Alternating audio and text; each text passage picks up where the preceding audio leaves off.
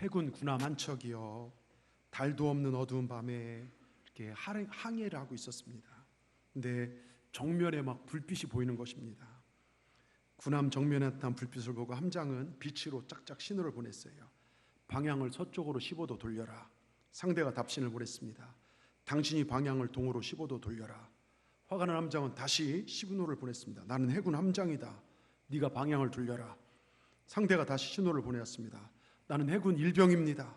그쪽에서 방향을 돌리십시오. 화가 끝까지 난 해군 함장이 최후의 신호를 보냈습니다. 이 배는 전함이다. 절대 진로를 바꿀 수 없다. 상대가 마지막 신호를 보냈습니다. 여긴 등대입니다. 마음대로 하십시오. 그랬답니다. 여러분, 내 고집, 내 생각을 주장해서는요, 하나님을 감동시킬 수 없습니다. 우린 나를 내려놓고 예수 그리스도, 그 그리스도로 나를 채울 때 우리 안에 역사가 일어나는 줄 믿습니다. 오늘 하나님을 감동시키고 많은 사람들을 위로하였던 주인공 한 명이 등장합니다. 교회 역사에 있어서 굉장히 필요한 인물이고 이 시대 우리에게 필요한 인물, 우리가 본받아야 할 인물 한 명이 등장합니다. 바로 바나바입니다. 오늘 바나바를 통하여 우리가 은혜 받기를 원합니다. 또한 우리 모두가 이 시대의 바나바가 되기를 원합니다. 우리 옆분들 바라보면서 우리 동산의 바나바가 됩시다 인사했으면 좋겠습니다. 예? 보십시오. 모두가 자기 주장하고 자기 생각에 정말 자기를 드러내기 위해 혈안이 되어 있는 이 시대에 교회를 위하여, 하나님의 영광을 위하여 남을 세우고 교회를 세우며 자기는 낮아질 줄 아는 귀한 사람, 이러한 사람이 교회 공동체를 세워나가고 하나님 나라의 지경을 확장시키는 귀한 일을 하고 하나님을 감동시키는 사람인 줄 믿습니다. 우리 모두 하나님을 감동시키고 사람에겐 사랑을 베푸며 살아가는 정말 복된 그리스도인 되길 바라며 몇 가지 우리가 영적 교훈을 얻고자 합니다. 첫째, 하나님께서 언제든지 쓰실 수 있는 순종의 삶을 살라는 것입니다. 하나님께서 언제든지 쓰실 수 있는 순종의 삶이요. 오늘 본문의 주인공 바나바는 교회를 세워나가는데 아주 중심적인 인물입니다. 자, 오순절, 사도행전의 오순절 성령 사건 이후 초대교회가 엄청난 부흥의 역사가 불같이 일어나요. 하루에도 수천 명의 사람들이 예수님을 믿기 시작합니다. 이렇게 급성장하는 교회를 유지하고 계속 복음을 전하기 위해서는 사실 많은 재정이 필요했습니다. 또한 성도가 많다 보니까 그 중에 고아와 과부가 꽤 많이 있었습니다. 복음을 전하는 것과 고아와 과부를 돌보는 구제를 위해서 막대한 재정이 교회에 필요했습니다. 또 이것을 위해서 기도하기 시작했고 이 귀한 사역에 동참한 헌신자들이 바로 사도행전 이때부터 나오기 시작합니다. 그 대표적인 사람이 바나바고 5장에 보면 아나니아, 삽비라 같은 사람도 언급게 이렇게 나오기도 합니다. 자, 그 대표적인 헌신자가 오늘 36절에 바로 요셉이라는 바나바입니다. 바나바는 오늘 처음 시작의 36절에 구브로에서 난 레위족 이렇게 표현되어 있어요. 왜 성경에 이것을 밝혔을까? 주석에 하면 구브로는요, 사이프루스 섬으로요 부유한 도시입니다. 즉 바나바는 굉장히 부자 도시에서 사는 부자였던 사람이었습니다. 근데 바나바는 예수님 만나고 나니까, 예수님이 진짜 예수님을 나의 그리스도 영접하고 나니까 교회와 교회 내 가난한 자들에게 물질적 필요를 깨닫고 그 농장을 팔아 자기 재산을 하나님께 헌금을 합니다. 자, 바나바의 이 결단과 헌신으로 말미암아 초대교회가 큰 힘과 위로를 얻게 되었고 교회의 재정적 어려움이 해결되어서 사도들이 큰 힘과 위로를 얻었습니다.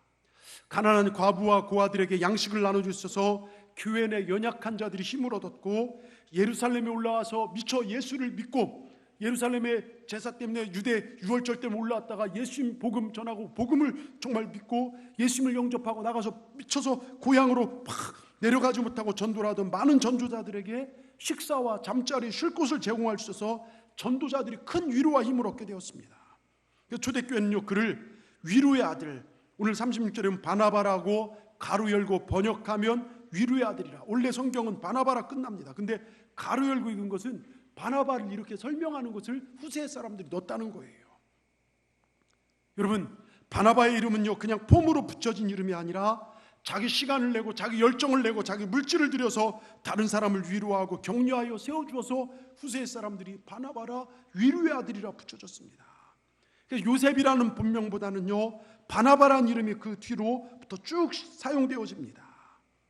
여러분, 이게 굉장히 쉬운 일이 아니지만요 이러한 바나바 같은 자들을 통하여 사람이 세워지고 넘어진 자가 일으켜지는 것입니다.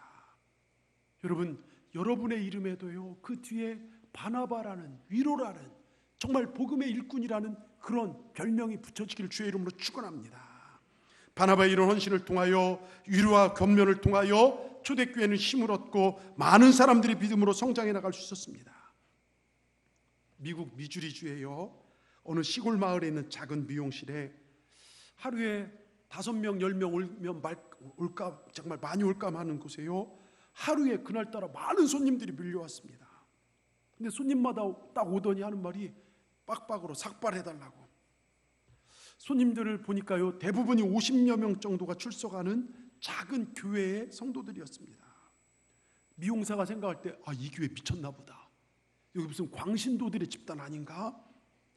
그래서 무슨 내용인가 알아봤더니요, 사연인즉 그 교회 성도들로부터 많은 사랑을 받던 중학생 여소녀가 있었는데요, 그 소녀가 암에 걸려서 암투병을 받았어요.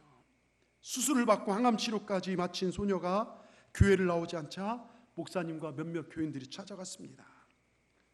빠져버린 머리 때문에요, 창피해서 외출을 못하겠다는 소녀. 알겠다, 목사님 와서 설교를 했어요. 그랬더니 모두가 머리를 깎겠습니다. 이 사연을 듣고 감동한 미용사가요, 방송국에 연락을 했습니다. 이 소녀에게 특별한 추억을 만들어주자고. 주일날 엄마는 소녀를 간든히 간곡히 설득하여 그래도 가서 예배드리자. 모자를 씌워서 교회로 데리고 나갔습니다. 교회 문을 딱 여는 순간 모든 교인의 빡빡머리를 본 소녀는 몸둘 바를 몰랐습니다. 그리고 결심한 듯 모자를 벗었어요. 그 상황을 중계하던 리포터는 눈물을 글썽이며 고백합니다. 나는 크리스천이 아닙니다. 그러나 언젠가 교회를 나가게 된다면 이런 교회를 나가고 싶습니다. 방송을 보던 많은 사람들 역시 눈물을 흘렸습니다. 여러분, 이게 위로입니다. 이게 격려입니다. 어쩌다 제가 암에 걸렸어, 저 집안에 무슨 저주가 있어서 회개. 여러분, 판단하고 정죄하기보다는 같이 안아줄 수 있는 삶, 위로해 줄 수 있는 삶, 이것이 바나바의 삶인 줄 믿습니다. 여러분, 우리는 어떻습니까?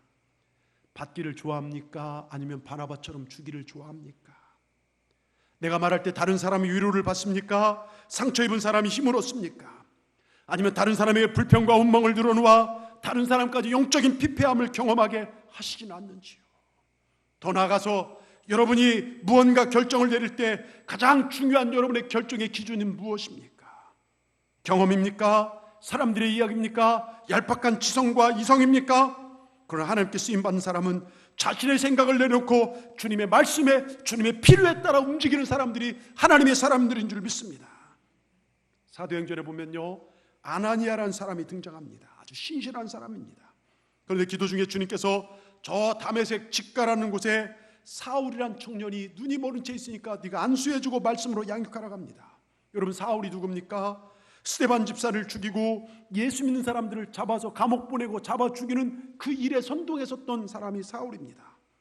사울은 그게 의로운 일인 줄 알았죠. 저 다메섹에 예수 믿는 사람 숨어있다는 정보를 입수하고 그들을 잡아 감옥에 넣든지 죽이기 위하여 갑니다. 가는 도중 다메섹 길거리에서요, 예수님 만납니다. 갑자기 사울이 탄 말에요, 환한 빛이 비쳐요. 사울이 말에 떨어지면서 음성을 듣습니다. 사울아, 사울아, 누구십니까? 네가 핍박하는 예수란다. 예수님 진짜 하나님의 아들이셨구나, 살아계신 하나님의 아들이셨구나 깨닫게 됩니다. 난 여지껏 하나님을 위해 산다고 했지만 오히려 하나님을 핍박했구나 깨닫습니다. 그런데 이렇게 사울이 주님 만난 걸 아무도 몰라요. 그래서 그를 일으켜 세우고 그를 복음 전도하는 세우기까지 과정이 필요합니다. 누군가 그를 위해 기도해주고 격려해준 역할, 그 역할을 감당한 사람이 바로 바나바와 아나니아입니다. 그런데 시작은 아나니아였습니다. 사도행전 9장에 아나니아가 기도 중에 주님의 음성을 듣습니다. 가서 사울을 위하여 기도해주고 안수해줘라. 그는 내가 복음을 위해 내가 쓸 종이니라. 주의 말씀이 들려졌습니다. 자, 그러면 여러분 같으면 나를 잡아 감옥에 넣거나 때리는 사람을 위해서 가서 기도하라면 해주겠습니까? 아직 사울이란 존재는요, 숨어 살아가는 유대인들에게 아주 무서운 일본 순사 같은, 여러분 독립운동한 사람들에게 일본 순사 형사는요 굉장히 무서운 존재입니다. 아니 다이아몬드했죠. 굉장히 잔인하고 포악한 스데반 집사를 죽이는 데 앞장선 장본인이 사울 아닙니까? 잘 들으십시오. 하나님은요 불편하고 내가 하기 싫은 것을 명령하실 때가 많이 계시더라고요. 나를 사랑한 사람을 축복하라. 얼마나 좋습니까? 나한테 잘한 사람 축복하라. 얼마나 좋습니까? 그런데 하나님은 그걸 뛰어넘어서 나를 힘들게 한 사람을 사랑하라고 말씀하십니다. 내가 지금 어려운데 섬기라고 말씀하십니다. 먹고 살기 힘든데 선교하라 하십니다. 그런데 역사는요, 거기서부터 일어납니다. 여러분, 내 힘든 것 우리 주님 더 잘하셔요. 예? 아나니아는 주님 말씀에 순종하고 나갑니다. 지금까지 자기가 하는 것은 사울은 잔인하며 포악한 자입니다. 수많은 신앙의 동료들을 핍박하고 감옥에 집어넣었던 자입니다. 교회와 예수님을 대적했던 중심에 섰던 자입니다. 그러나 주님께서 가라! 그러면 순종하고 나가는 것, 이것이 바나바의 삶이었고 아나니아의 삶이었고 우리가 살아내야 할 삶인 줄 믿습니다. 우리는 어떻게 순종하고 살아가십니까? 말씀을 어떻게 받아들이고 살아가십니까? 여러분, 예수님과 제자들이 전도를 다니다가요, 예수님 마음속에 우리 제자들도 쉬고 싶을 때가 있겠구나, 놀고 싶은 때가 있겠구나. 따뜻한 봄날 제자들과 함께 오늘 저 구봉산으로 소풍 가자. 제자들이 너무 신났습니다. 가자 산으로 춤을 추고 막 난리가 났습니다. 예수님, 도시락 어떻게 할까요? 그냥 가자. 산 밑에 도착하더니요, 얘들아, 큼직큼직한 돌멩이 하나씩 품에 안으라. 다른 제자들은 큼직한 돌멩이를 품에 안았습니다. 그런데 불평꾼 가룟 유다는요, 소풍 가자 그래놓고 또 일 시킨다고 콩조가리만한 공깃돌 2개를 탁 손에 들고 공기라면서 룰루랄라 신나 달려면서 이 자식들아, 머리를 써라. 그거 어떻게 들고 가야, 나처럼 가벼운 거 들고 가. 그러면서 예수님 또 일 시킨다고 투덜투덜. 근데 좀 힘들게 언덕 위에 딱 올라갔더니요, 나무 글 밑에 주님께서 내려놓아라 그럽니다. 그러더니 예수님께서 손을 번쩍 드시고 감사기도를 하고 난 다음에 눈을 딱 떠보니까요, 자기들이 가지고 온 돌멩이가요, 고기랑 막 엄청난 빵에 기가 막힌 음식으로 싹 바뀌어져 있습니다. 그러면서 주님 하신 말씀, 오늘은 자기가 가지고 온 것 자기가 먹기다. 남의 것 먹으면 그건 다시 돌로 바꿔진다.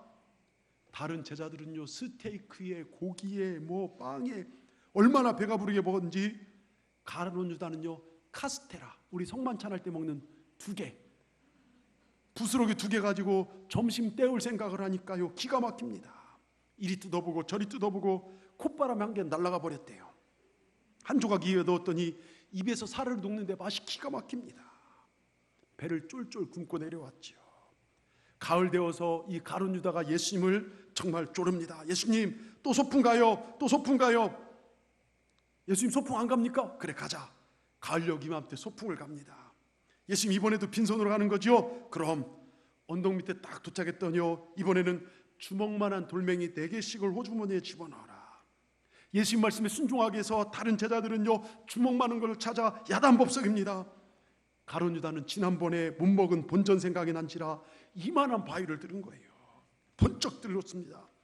어깨에 걸머졌는데 얼마나 멀리 가는지 언덕을 넘어 골짜기를 지나서 갑니다. 예수님께 내려놓아라. 손을 번쩍 드시고 주님 감사기도하는데요, 가룟 유다가 어느 순간에 이게 음식으로 바꾸나 궁금해서 견딜 수가 있어야죠. 예수님 기도하는데 눈을 떴다 감았다 떴다 감았다.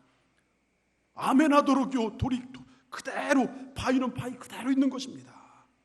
그러더니 예수님께서 얘들아, 위를 쳐다보아라.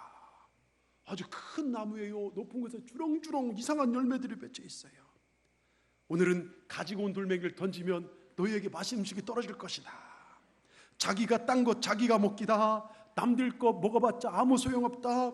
다른 제자를 막 던지는데요, 막 와장창 우르르 하면서 진짜 기가 막힌 음식들이 쏟아집니다. 가룟 유다는 밑에서 들었다 놨다 들었다 놨다 땀만 흘리다 왔다는 이야기입니다. 이게 성경에 있는 이야기일까 없는 이야기일까요? 없죠. 누군가 교훈 위에서 만든 이야기죠.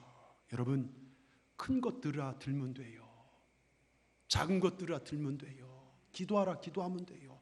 전도하라 하면 돼요. 성경 공부하라 하면 돼요. 사랑하라 하면 되는 겁니다. 거기에 토 달고 이유 달고 그때부터 불순종이 시작되는 겁니다. 멋대로 내 생각대로 판단대로 내 경험대로 자기 사고방식대로 하면 하나님의 영광이 드러나지 않고 망하는 인생 되는 것입니다. 하나님 말씀 앞에서 내 마음에 안 들지만 순종하면 역사가 일어난 줄 믿습니다. 그럴 때 하나님께서 우리를 통해 부흥의 역사를 이루어 가신 줄 믿습니다.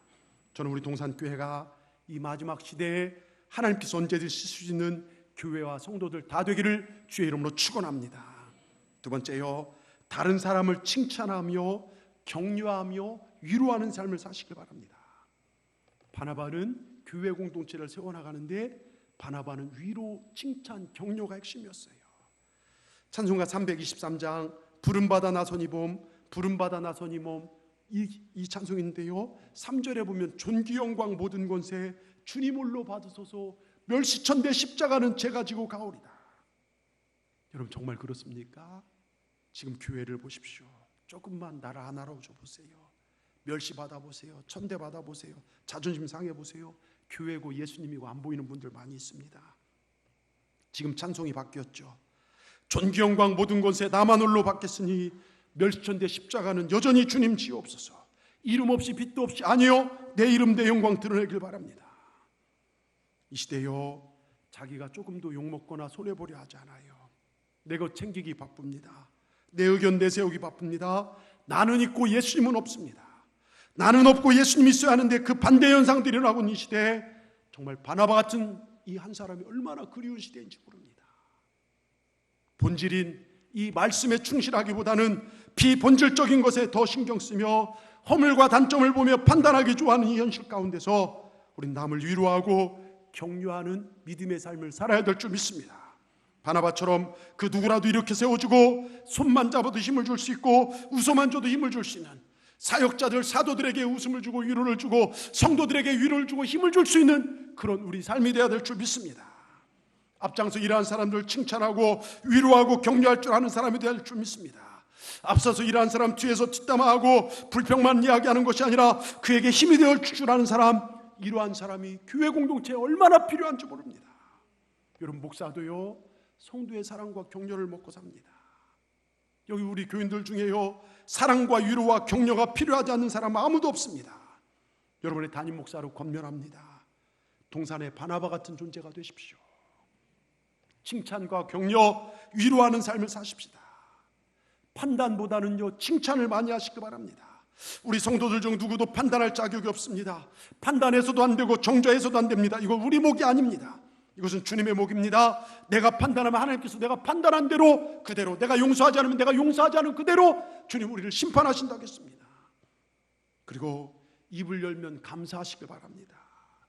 감사가 하나님을 기쁘게 합니다. 여러분, 제가 예전에 극동방송 지사장이신 목사님과 차를 한잔하면서 대화를 하는 중에 이런 이야기를 들었어요. 목사님, 교인들은 식사할 때 감사합니다, 주님 감사기도를 난 후에 감사로 밥 먹는 사람 별로 못 봤대요. 감사합니다 기도하거나 아이고 왜 이렇게 짜, 오늘 싱겁네, 이것은 맵고 오늘은 밥이 시네, 이 쌀을 어떻게 안 준 거야, 쌀 안 익었네. 감사하기도 한 다음에 뭔 말이 그렇게 많은 줄 모르겠다는 것입니다. 이것이 우리들의 현주소입니다. 이야기를 들었어요. 여러분 그렇지 않습니까? 우리도 감사합니다 하면서 실제로 삶에는 감사의 행동이 드러나지 않을 때가 많아요. 왜요? 중심이 나이기 때문에요. 감사는 여러분 주님으로부터 출발합니다. 이제 하나님께 정말 싫어하는 불평과 원망을 우리 입에서 끊어내십시다. 감사와 격려, 칭찬을 여러분 입에서 넘치게 하시기 바랍니다. 특별히 이제 칭찬이 우리 안에 넘쳐났으면 좋겠습니다. 우리 주님도 우리를 정죄하지 않으십니다. 내가 너를 안다, 내가 너를 지지한다, 우리를 미치도록 사랑하십니다. 오늘 이 자리에 오신 여러분, 얼마나 여러분을 사랑한 줄 아십니까? 허물 많고 죄 많은 나이지만 이 자리 주님 전에 나올 때마다 참 잘 왔다, 내 아들아, 내 딸아, 내가 너를 사랑한다 말씀하십니다. 여러분 이 십자가가 무엇입니까? 저 뒤에요 무시무시한 지옥의 물길, 영원한 지옥의 물길이지만 우리 주님 등으로 그것을 딱 막아주시고 가슴을 확 여시고 우리를 안아주는 것이 십자가인 줄 믿습니다. 교회 올 때마다 이 주님의 품에 덥석 안기시길 바랍니다. 이 사랑받은 우리도요 서로 사랑하며 격려하며 칭찬해야 돼요. 주님의 품에 안은 우리가 서로 티격태격하고 원망하고 싸운다면요, 주님 마음이 얼마나 아프겠습니까? 그래서 우리도 서로 사랑하며 격려하며 칭찬하며 사시길 바랍니다. 우리 모든 사람들에게요 밝은 웃음을 보여주시길 바랍니다. 그래서 노래 중에 내가 먼저 웃음 주길 원했고, 여러분 밝게 웃으시길 바랍니다. 아멘. 자, 질 수 있는 가장 밝은 표정, 웃음의 표정 한번 줘보십시오. 예. 그 표정으로 좀 설교를 좀 들었으면 좋겠어요. 저를 째려보지지 마시고. 여러분 보세요. 시계도요 7시 20분 안 팔린대요. 왜요? 이러고 있기 때문에요. 10시 10분, 10시 20분에 맞춰놔요. 웃어야 잘 팔린다는 거예요. 여러분, 우리도 바나바처럼 다른 사람 웃게 하길 원합니다. 여러분, 개그맨 되라는 얘기가 아니에요. 감동 주라는 거예요. 힘을 주라는 것입니다. 살맛나게 하라는 것입니다. 열심히 하려는 사람 주저앉히는 놀부심부로 살지 마시고 일으켜 세워지기를 주의 이름으로 축원합니다. 칭찬해주고 격려해주길 원합니다. 사랑하고 살기를 원합니다. 집에 가서 남편을 먼저 격려하시고 아내를 칭찬해주시길 바랍니다. 자녀를 칭찬해주시길 바랍니다. 마음에 안 들어도 칭찬해주세요. 저한테 하는 설교예요. 사실요. 교회에서 문제점을 지적하기보다는요, 서로 잘한 점을 칭찬해 주십시다. 집사님 최고입니다. 권사님 최고입니다. 장로님 최고예요. 우리 옆분들 바라보면서 당신 있어서 얼마나 행복한지 모릅니다. 인사했으면 좋겠어요. 최고입니다. 예? 오늘 부부간에 아예 쳐다도 안 보네요. 제가 살짝 봤습니다. 예? 여러분, 동물이든 사람이든요, 긍정적으로 칭찬하는 그 방향으로 행동과 인격이 변화돼요. 단점을 보자면 무수한 단점만 보입니다. 그런데 칭찬과 격려를 보면요, 여러분 얼마나 아름다운지 몰라요. 그래서 칭찬의 10계명이 있어요. 제가 주보에도 칼럼 넣어놨는데요, 칭찬할 일이 생겼을 때 즉시 칭찬하세요. 우리나라 사람들은 칭찬에 굉장히 인색해요. 감사란 말도 인색하고. 왜요? 어렸을 때부터요 부모님한테 혼나고 자라요. 유교적인 습관. 예? 혼나고 자라고, 잘하면요 그냥 밥 먹자. 예? 그게 전부였어요. 예? 근데요, 칭찬 잘해 주십시오. 잘한 점을 구체적으로 칭찬하시고, 가능한 공개적으로 이렇게 잘했으면 칭찬해 주시고, 결과보다 과정을, 여러분 결과만 칭찬하면 사람이 기회주의가 됩니다. 예? 과정을 칭찬하면 그 사람이 성장하게 되고요, 사랑하는 사람을 대하듯 진실되게 칭찬하고요, 거짓없이 진실한 마음으로 칭찬하고, 긍정적 눈으로 보라는 거예요. 부정적인 눈으로 보면 자꾸 허물만 보이지만 긍정적 눈으로 보면 칭찬할 것이 많이 보인다는 것입니다. 또 일이 잘 풀리지 할 때는 더욱 격려하세요. 한국 사람들 일이 안 풀리면 누구 때문에? 당신 때문에 그렇고, 당신 닮아서 그렇고, 그렇게 나온다는 것이죠. 예? 여러분, 자꾸 또 잘못된 일이 생기면요, 관심을 다른 방향으로 유도하십시오. 예? 보면 잘못된 것을 입에 달고 사는 분도 계시는 것 같아요. 또 가끔씩 자기 자신을 칭찬하십시오. 그게 숙제예요. 예? 여러분 집에 가셔서 거울 보면서 자기 자신, 야, 너 오늘 너무 이쁘다, 아름답다, 칭찬하시길 바랍니다. 아셨죠? 예? 그리고 다른 아내든 남편이든 또 옆분, 우리 옆분들 즉석으로 한번 제가 3초 드릴 테니까 3초만 칭찬해 주시기 바랍니다. 자, 시작.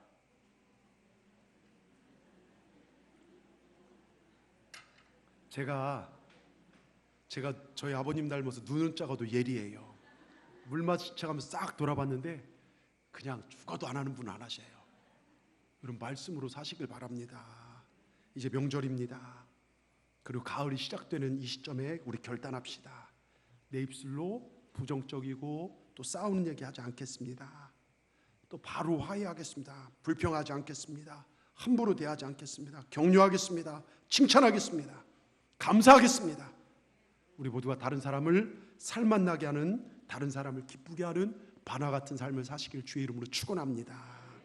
그런데요, 이런 설교를 하고 나면 내려가다 쌈나더라고요. 차 몰고 나가다가 누가 껴들면 이런 18 막 욕 나오더라고요. 예배 드리고 나서요. 그리고 누군가의 기분 나쁜 말 한마디 금방 쏟아놨더라고요. 왜 그런 줄 아십니까? 마귀가 여러분 은혜 받고 사는 꼴 못 봐요. 여러분이 말씀대로 순종하는 꼴을 사단 마귀가 싫어합니다. 그래서 바로 말씀의 씨앗을 뺏어가요. 그래서 끝으로 감정이 아닌 영성의 삶을 살라는 거예요. 감정이 아닌 영성의 삶을요. 제가 종종 하는 얘기 중에요, 어느 뚱뚱한 여자가 살이 막 한 90kg 나가요. 별의별 운동을 다 해도 살이 안 빠져요. 그래서 승마를 하면 살이 빠진다는 이야기에 매일같이 말을 탔대요. 뚜구덕뚜구덕. 몇 주가 지나지 않자 살이 빠졌답니다. 5kg가 빠졌대요. 말이 5kg 빠졌대요. 말이요. 예? 정말 중요한 것은 내가 나를 끊임없이 훈련하고 사는 거예요. 영성생활은 간단 없는 훈련입니다. 칭찬과 격려, 이게 오늘 설교 들었다고 바로 나옵니까? 예? 여전히 내 눈과 내 생각이요, 여러분 예전 생각에 붙잡혀 있으면 안 되는 것입니다. 여러분, 영성과 영적 체험은 틀립니다. 먼저 영적 체험은 감정에 굉장히 충실해요. 은혜 받은 것 같아요.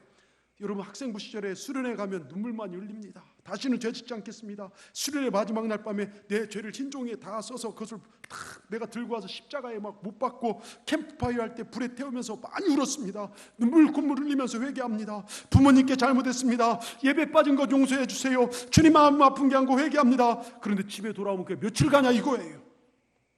길게 가면 한 달입니다. 여러분, 감정 위주로 지속되면 오래 못 가요.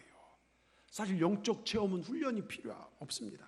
외적인 자극만 있으면 됩니다. 그래서 음악으로도 가능하고, 젊은이들 보세요. 정말 우리 학생들 보면 목사님이 설교할 때는 졸 때가 많아요. 딴 생각. 그런데 보십시오.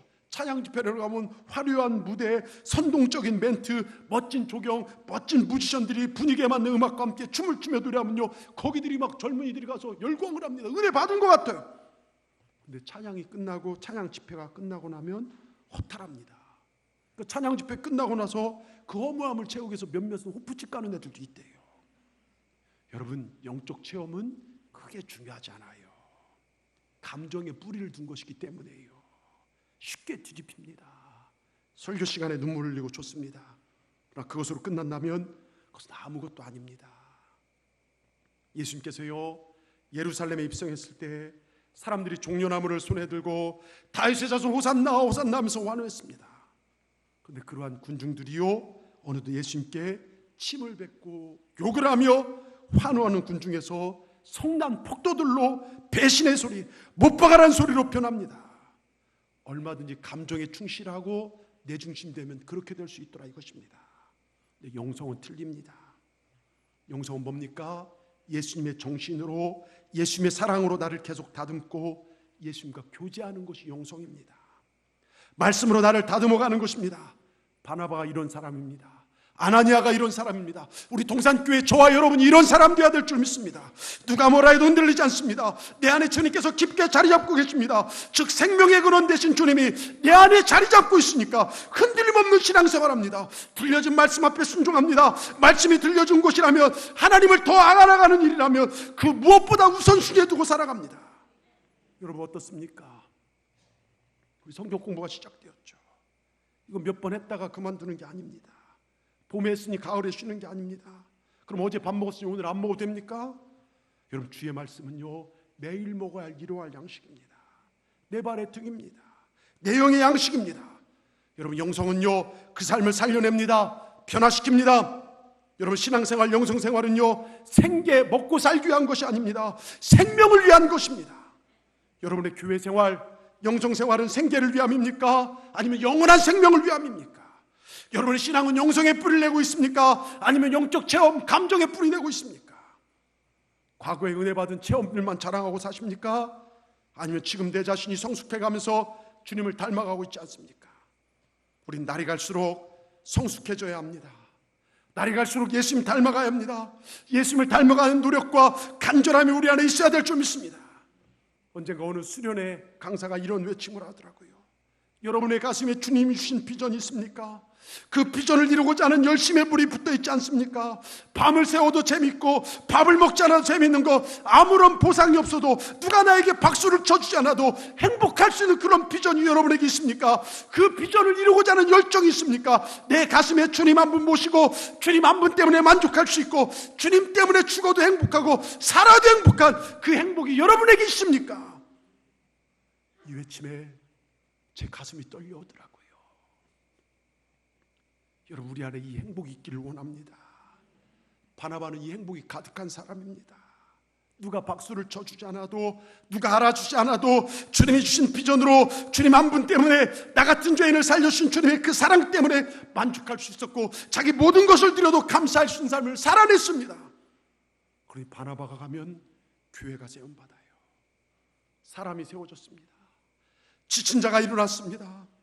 정말 주님 한 분 때문에 행복한 삶을 살았습니다. 정말로 주님께 받은 그 사랑을 전하고 싶은 간절함이 그에게 있었습니다. 여러분, 제가 몇 번 얘기했지만 간절함이 무엇인지 보여주는, 주님께 받은 사랑이 무엇인지 보여준 한 집사님에게 소개하고자 합니다. 이분은 나를 구원하신 주님의 사랑이 너무 커서요, 어떻게 주님의 사랑을 갚을까 전도 다니기 시작합니다.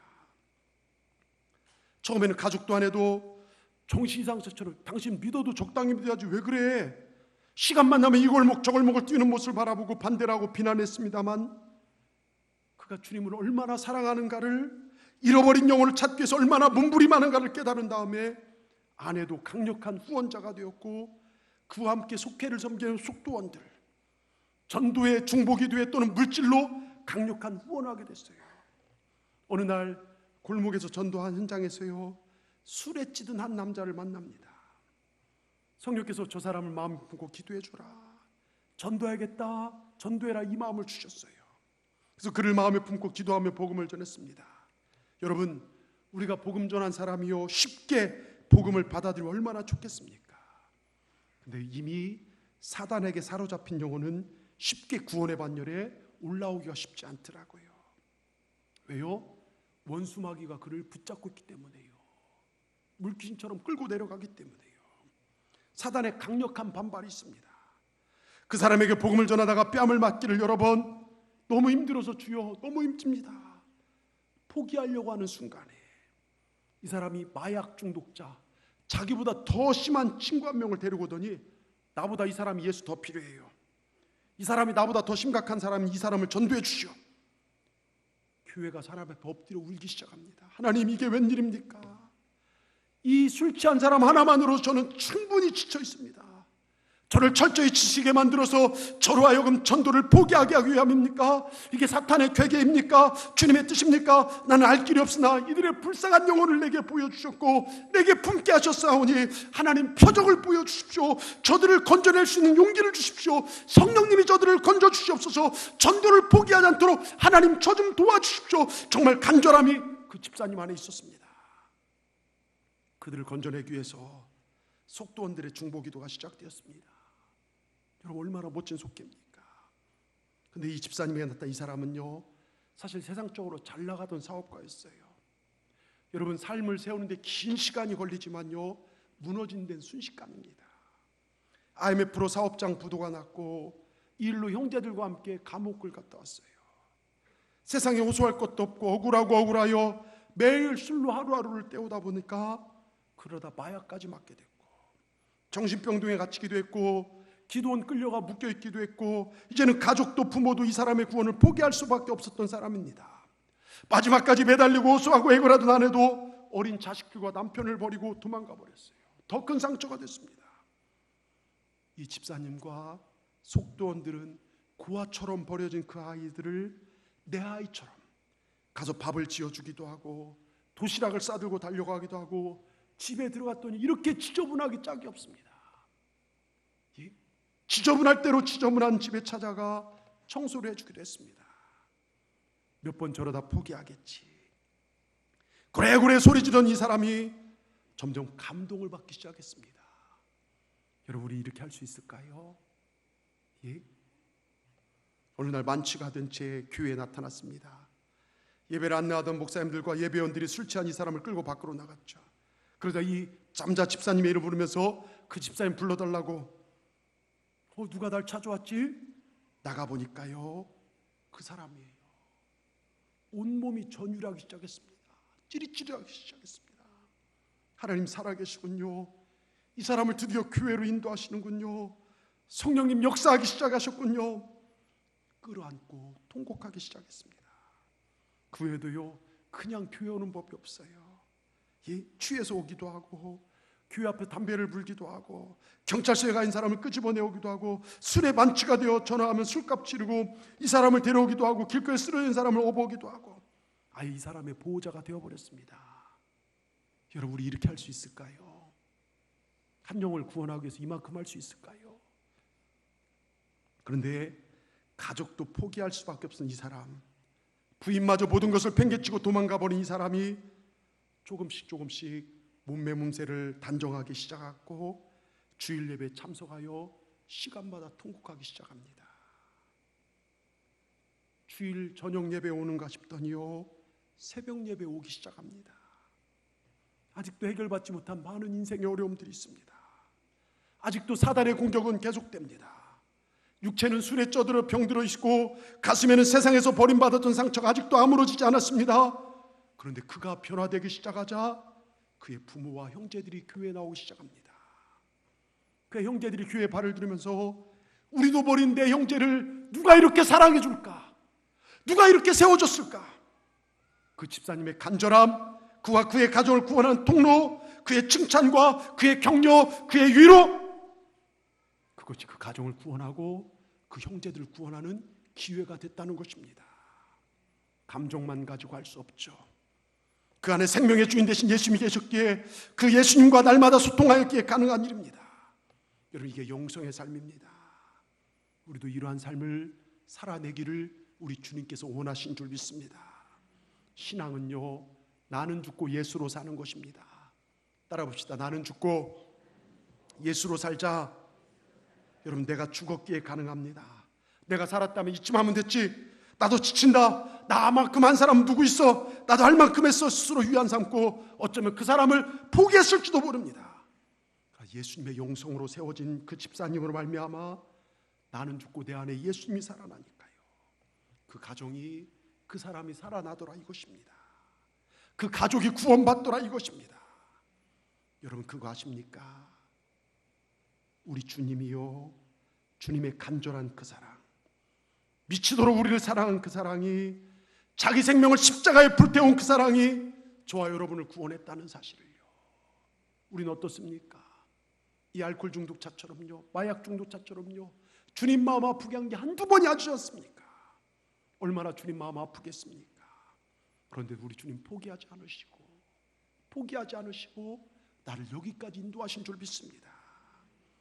우리 주님의 간절한 그 사랑, 미치도록 우리를 사랑한 그 사랑이, 자기 생명을 십자가에 불태운 그 사랑이 저와 여러분을 구원했습니다. 그 십자가를 지신 보혈이 우리 죄를 다 태우고 주님께서 맞은 채찍으로 인해 우리 질병이 떠나가고, 여러분, 우리는 그렇게 구원받은 존재들입니다. 우리도 주님을 사랑하고 사십시다.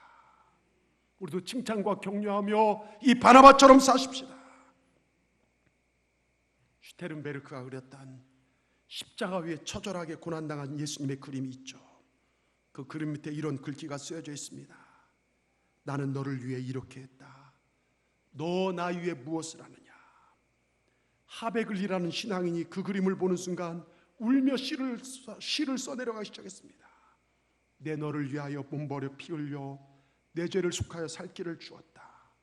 너 위에 몸을 주었건만 날 위해 무엇 주느냐. 너 위에 몸을 주건만 날 위해 무엇 주느냐. 내 몸을 희생했구만 너 무엇하느냐. 내 몸을 희생했구만 너 무엇하느냐. 내 죄를 대속했건만 너 무엇하느냐. 내 죄를 대속했건만 너 무엇하느냐. 찬송가 311장이 됩니다. 우리 주님이 이 시간 여러분에게 묻습니다. 나 너를 위하여 죽었다. 나 너를 살리기 위하여 십자가에 내 생명 던져놓았다. 너 날 위해 무엇하느냐. 너 지금 무엇하고 있느냐. 대답해 보십시오. 기도하겠습니다. 하나님, 감사합니다. 오늘 거룩한 주일 말씀을 통해서 귀한 도전 주시니 감사합니다. 우리가 이 시대의 바나바가 되어서 교회를, 가정을 아름답게 만드는 삶을 살게 하여 주시옵소서. 내가 먼저 웃음 주고 내가 먼저 섬기는 삶을 살게 하여 주시옵소서. 말 한마디에도 칭찬과 격려가 묻어나고 행동 하나하나에도 감사가 묻어나서 하나님을 기쁘게 해드리는 우리 신앙 되게 하여 주시옵소서. 그런데 이게 하루아침에 되는 것이 아니니 늘 말씀과 기도로 내 영성을 다듬고 또 다듬어서 내 안에 계신 주님을 삶으로 드러내는 삶을 살게 하여 주시옵소서. 내 너를 위하여 몸버려 피 흘려 내 죄를 속하여 살 길을 주었다. 너 위에 몸을 주건만 날 위해 무엇 주느냐. 주님께 드릴 것이 많은 열매 맺는 삶을 살아가는 우리 모두가 되게 하여 주시옵소서. 예수님의 이름으로 감사하며 기도드리옵나이다.